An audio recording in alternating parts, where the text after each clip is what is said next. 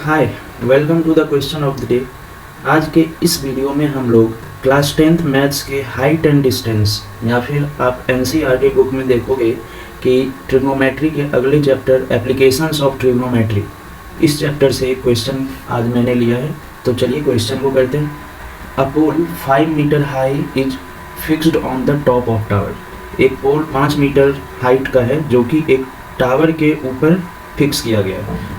तो मैं rough figure आपको ड्रॉ करके दिखाता हूँ। इस टाइप के क्वेश्चन को सॉल्व करने के लिए फिगर बनाना मोस्ट इम्पॉर्टेंट काम है। उसके बाद आपको अगर ट्रिग्नोमेट्री का हल्का फुल्का नॉलेज हो तो आप इस क्वेश्चन को कर सकते हो।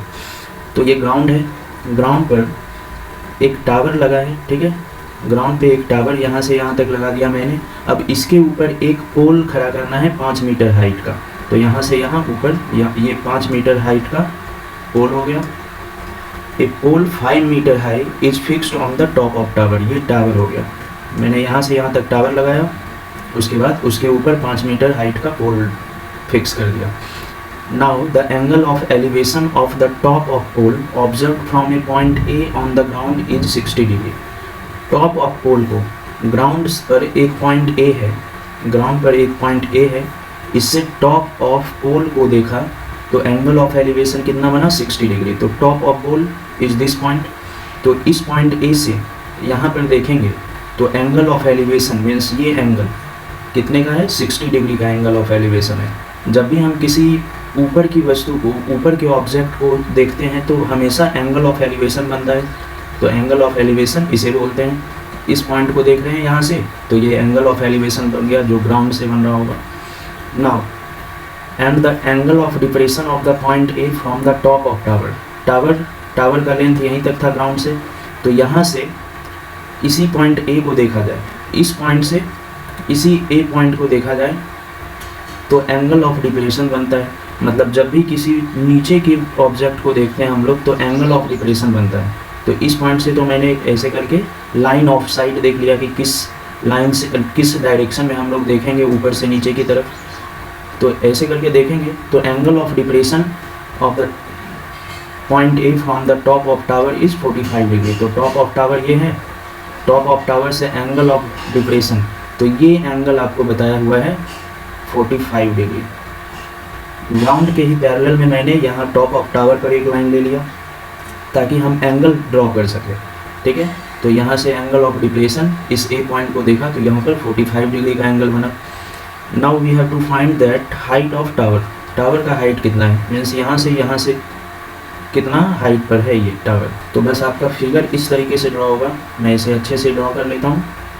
आई होप ये फिगर ड्रॉ करने आप समझ गए होंगे इस क्वेश्चन के लिए। ऐसे ही करके एक एक लाइन पर के हाइट एंड डिस्टेंस के सभी क्वेश्चन का आप फिगर ड्रॉ कर लोगे। उसके बाद कुछ बहुत सी बेसिक्स सी बात है जिसे आपको याद रखना होगा, जैसे 45 डिग्री का tan sin cos का रेशियो tan 45 = 1 होता है। एंड 60 डिग्री है तो tan 60 डिग्री का कम से कम एक रेशियो तो याद रहना चाहिए, √3 होता है। तो ऐसे ही tan 45, tan sin और cos, ये अगर आपको याद रहेगा 30, 45, 60 का रेशियो, तो आप इस टाइप के क्वेश्चन को आसानी से कर सकते हो। 30, 45 एंड 60, इन तीनों एंगल्स का ratio in sin cos tan के लिए। तो चलिए मैं अभी इसको इरेज करके अच्छे से फिगर ड्रॉ कर लेता हूँ। तो अब ये हमारा फिगर ड्रॉ हो चुका है। अब इस फिगर में ये BC का लेंथ जो आपको दिख रहा है, BC is the height of tower and CD be the pole. CD इस फिगर में क्या रिप्रेजेंट कर रहा है, पोल को, जो कि 5 मीटर हाइट का है। टावर के ऊपर 5 मीटर हाई का टॉप पर फिक्स है पोल, यहाँ से यहाँ 5 मीटर ये गिवन है।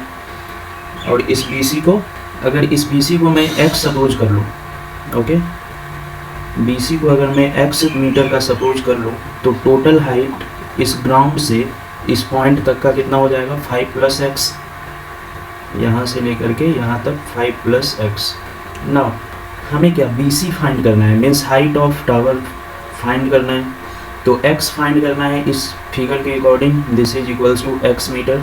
अगर मैं इसे x सपोज कर लेता हूँ, let B and BC equals to x metre में लेट कर रहा हूँ। तो अगर मैं कहूँ कि ये इस ट्रायंगल ABC में, इन ट्रायंगल ABC tan का अगर रेशियो लेंगे, tan थीटा मीन्स tan 45 का रेशियो लेंगे तो 10 के 45 के सामने वाला ये परपेंडिकुलर हो जाएगा और ये बेस, बिकॉज ये तो हाइट तो यहाँ से परपेंडिकुलरली गिवन रहता है, height of tower, height of pole, ये यहाँ पर 90 डिग्री बन रहा होगा। मीन्स किसी भी राइट एंगल ट्रायंगल में हम लोग ट्रिग्नोमेट्रिक रेशियोज का यूज कर पाते हैं। तो यहाँ से tan का रेशियो क्या हो जाएगा, tan 45 equals to BC upon AB, perpendicular upon base, BC is perpendicular upon base AB। तो tan 45 का वैल्यू आपको याद होना चाहिए 1 इक्वल्स टू BC का length x metre upon AB, x metre upon AB।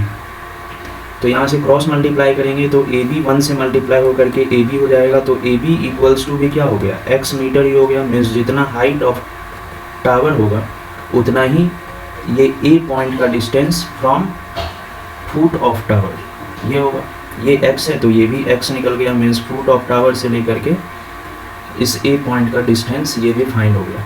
तो ये तो हमेशा सेम ही रहेगा, चाहे हम यहाँ से देखें A पॉइंट का डिस्टेंस, D पॉइंट से A पॉइंट का डिस्टेंस देखें, हमेशा सेम ही रहेगा।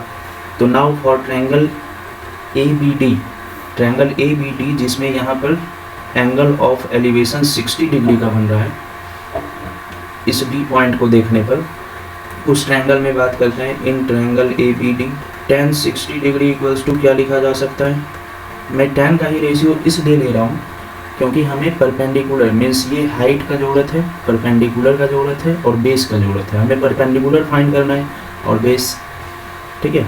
तो इसीलिए मैं tan का रेशियो ले रहा हूँ। तो tan 60 degree equals to BD upon AB, BD is perpendicular, AB is base for both triangle. tan 60 degree की वैल्यू √3 के इक्वल होती है, equals to BD, BD equals to 5 plus x, यहाँ से B पॉइंट से D पॉइंट तक का length 5 plus x लिख सकते हैं, अपॉन AB, AB की वैल्यू भी x लिख सकते हैं। हमें क्या फाइंड करनी है, x ही फाइंड करना है। हाइट ऑफ टावर को मैंने x सपोज कर लिया, तो x ही तो फाइंड करना है। यहाँ से देख पा रहे होंगे आप कि सभी कुछ x के ही फॉर्म में आ गया। तो अगर इसको सॉल्व करें, क्रॉस मल्टीप्लाई करें तो √3x equals to 5 plus x हो जाएगा। अब नेक्स्ट पेज में इसे x की वैल्यू फाइंड करेंगे, x वाले को एक side, √3x equals to 5 plus x हो गया। x वाले को एक साइड कर लेते हैं तो √3x minus x equals to 5। तो यहाँ से x कॉमन निकाल लेते हैं तो √3 यहाँ बचेगा √3 के साथ और -1, यहाँ पर x मैंने कॉमन निकाल लिया तो 1 बचा, यहाँ पर √3 बचा, तो x into √3 minus 1 equals to 5। Means x equals to क्या लिख सकते हैं, 5 अपॉन √3 माइनस 1, √3 माइनस 1। अब ये x की वैल्यू आप यहाँ पर भी छोड़ सकते हैं, नहीं तो एक काम और कर सकते हैं, इतने मीटर लिख दीजिएगा, ये हाइट ऑफ टावर हो गया। ओके, आप एक काम और भी कर सकते हैं, क्योंकि यहाँ पर डिनोमिनेटर रूट के फॉर्म में आ गया है तो इसे रेशनलाइज कर सकते हैं। रेशनलाइज करने के लिए हम लोगों को न्यूमरेटर डिनोमिनेटर में इसका कॉन्जुगेट मीन्स माइनस है तो प्लस करके मल्टीप्लाई डिवाइड करना पड़ता है। √3 + 1 से मैंने ऊपर मल्टीप्लाई कर दिया, √3 + 1 से नीचे मल्टीप्लाई कर दिया। इसको रेशनलाइज कर लेंगे तो 5 इंटू √3 + 1 मीन्स 5√3 + 5 अपॉन √3 - 1 √3 + 1, ये दोनों मल्टीप्लाई होकर के √3 का स्क्वायर माइनस 1 का स्क्वायर हो जाएगा।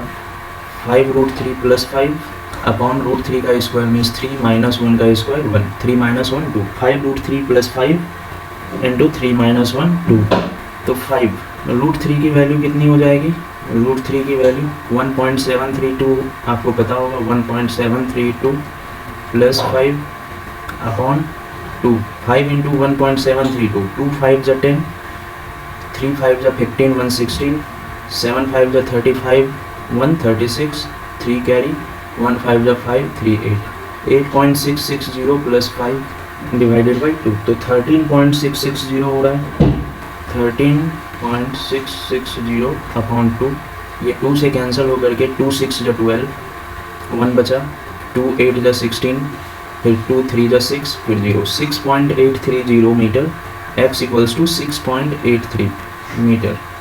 Means height of tower is this 6.83, means ये x की जो वैल्यू 6.83 मीटर आई हुई है, यही आपका आंसर हो जाएगा। आई होप ये क्वेश्चन आप लोगों को क्लियर होगा। जो भी क्वेश्चन था मैंने उसके अकॉर्डिंग ये फिगर ड्रॉ किया।